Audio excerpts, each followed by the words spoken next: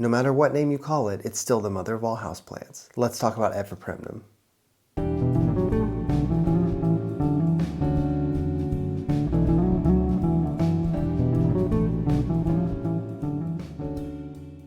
What's up, fellow plant enthusiasts? My name is Dylan and this is Bane's Botanicals. Today we're going to be talking about Epipremnum. This is the definitive houseplant. They're easy to care for, very hardy, so many different color variations. They propagate easily.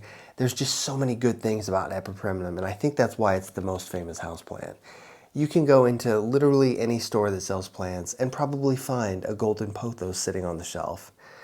Now, while we're talking about that, these are commonly called pothos because they used to be in the genus Pothos, and then they were moved into Epipremnum. I always thought Pothos was just a defunct genus, but as it turns out, there are still plants within that genus, mostly from Southeast Asia, and there's not very many of them, but yes, Pothos is still a thing. So in the 1970s, I believe it could have been the 60s, they actually got an Epipremnum to flower, which is extremely rare. They normally don't flower in the wild, but they finally did get one to flower, and they looked at it and realized that it wasn't what they thought it was. So that's why they moved it out of Pothos into its own thing. And they also did that with Scindapsus. So the big difference between Scindapsus and Epipremnum is in the flower. So a Scindapsus only has one ovule in the ovary of the flower, and Epipremnum has multiple ovules within the ovary. So that's kind of the difference botanically. But if you notice on Scindapsus, an older name was actually silver pothos. I think the actual name used to be Pothos argentus, and argentum is the old name for silver on the periodic table. That's why it's Ag instead of something else. Similarly, Epipremnum aureum, which is the golden pothos, aurum is actually what gold used to be called on the periodic table. That's why it's Au. So, fun little scientific fact, I guess. So yeah, this is a golden pothos, namely because of the yellow variegation on it. Very pretty, very prolific when it comes to growing. These will just grow and grow and grow. And the one I have here, it is probably 8 or 9 feet long. Like it won't stop growing, and that's fine. I just have it trailing down a shelf normally, and it's great. Similarly, here is a marble queen pothos, which is also Epipremnum aureum. It's just, this has more white variegation. Like, look at that leaf right there. That is gorgeous. So anyone who's been following my videos for a while will know that I had a really big marble queen pothos, and it succumbed to a fungal infection, so I'm devastated because it was so beautiful. I'm going to see if I can do some cuttings on it. I'm looking at it over there, sad and dead. Oh well. But it happens. I'm going to try to give this one some good light and get some of those white leaves to really pop more, so I think it'll be okay. With Epipremnum, there really is only 3 species available commercially. Epipremnum aureum, like I said.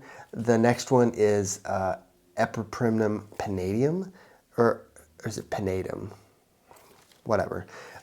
These tend to have more narrow leaves. This is actually a Cebu blue pothos, and it also has a lot of vines on it. This is another one that will just grow and grow and grow, and they're really easy to propagate, and they're really gorgeous. I mean, not just the shape of the leaf, but just that kind of bluish green silvery color is very appealing. Let me see if I can lean this sucker just a little bit.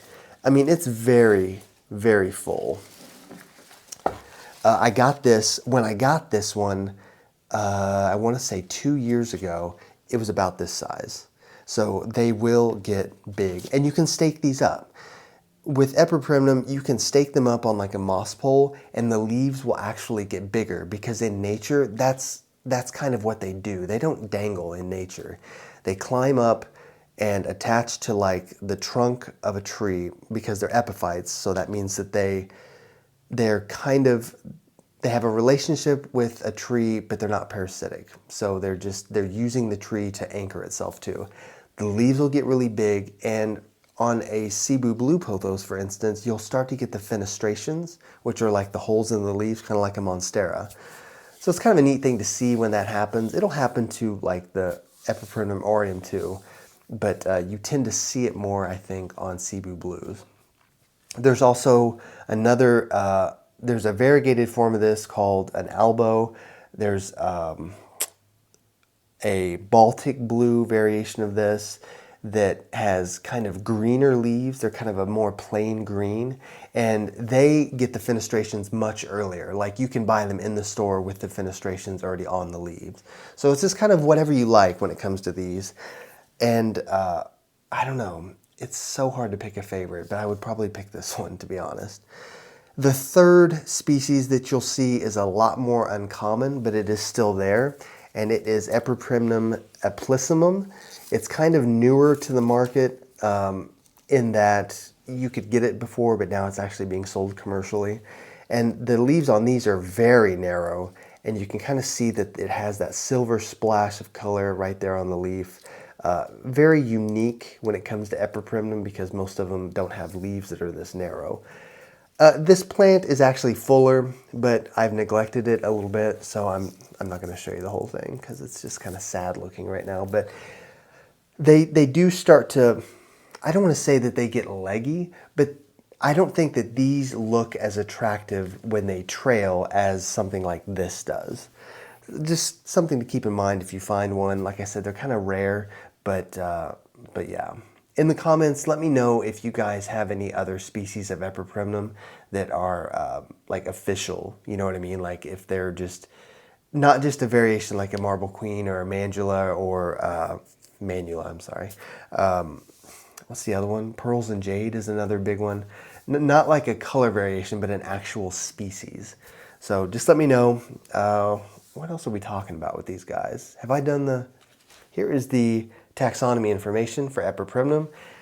We are in the family Aeraceae, so this is an aeroid, hence why it would have the little spadix as a flower. Similar to peace lily or an Aglaonema, Dieffenbachia, they all have the little spadix because they're all aeroids. What else, you guys? I feel like I'm missing a big color. Oh, there's also, and we're talking about Epipremnum aureum here. Like it's the one that has the most color variations. There's also neon, which just has very chartreuse, kind of lemon lime leaves. There is the, let's see, we did pearls and jade, we did manula. There's one called Enjoy, which is similar to pearls and jade. The difference is kind of minute. There's a lemon meringue. Global green. There's just so many different ones. Like if you just type in Epipremnum, it's going to bring up at least 10, maybe 15. Oh, and then of course the original, the jade pothos, which is just like this. Only there is no variegation. It's just kind of a solid, kind of a darker green leaf. And I actually love the jade pothos. I don't have one right now because it got the fungal infection too. But I want to find one that's nice and bushy like this. Like this is really full. And most of the jade pothos that I've ever found are actually kind of, they're a little more spindly. Like they'll only have a couple of cuttings in them. So I don't know. That's something I need to work on. But have we even started talking about care yet? We haven't. So care is super easy. When it comes to light, do whatever you want. Like they can survive in low light just fine. That's why you see these in offices a lot because the ambient light from the fluorescent lighting is enough for them. Now you're not going to water as much. When it comes to low light plants, they don't need as much water because they're not executing photosynthesis as much. So they're not using that water. Just something to be aware of. If you have this in a room that's not very well lit, you're not going to water it as much. But they do best in bright and direct light, just like most houseplants. Especially if you have one like a marble queen, you really want to keep this in bright and direct light so that you can keep those whites very vibrant. Because the more variegation there is, the less chlorophyll there is, so the less it can execute photosynthesis. That was a mouthful. Watering, they can dry out. Like, keep them watered. You want to water them, obviously. But my my golden here, it's bone dry right now. Like I haven't watered it in probably a week and a half. And it's due for water because I do see a couple of yellow leaves on it. But just keep them kind of watered maybe once a week. That's probably the average. Of course, it's going to vary depending on your plant size and everything, how much light it's getting. But generally, once a week is pretty standard.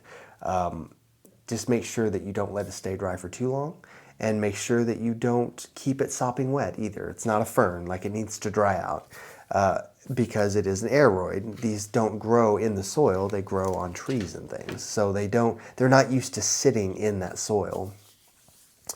As far as soil goes, a regular houseplant soil. Something that has some drainage, obviously, but just anything. They'll grow in just about anything.